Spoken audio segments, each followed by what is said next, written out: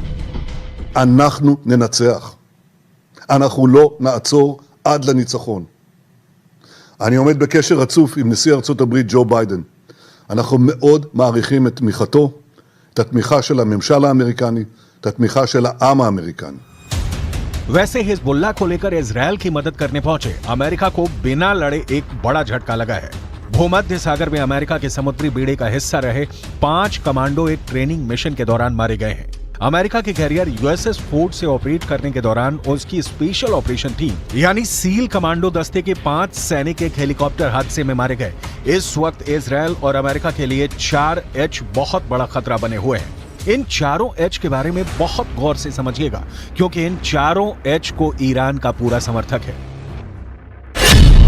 H से Hamas, H से Hezbollah यानी लेबनान का मिलिशिया, H से इराक का मिलिशिया हश्द अल शाबी, H से हूथी यानी यमन का विद्रोही गुट। इजरायल के शहर टारगेट पर हैं और गाजा में बमबारी के खिलाफ हिजबुल्लाह और हूथी दोनों ने अपना हथियार गोदाम खोल दिया है। लेकिन ऐसे हमलों और गाजा पर बमबारी जारी रखने के बीच नेतन्याहू ने अपना वॉर ट्रायंगल तैयार कर लिया है।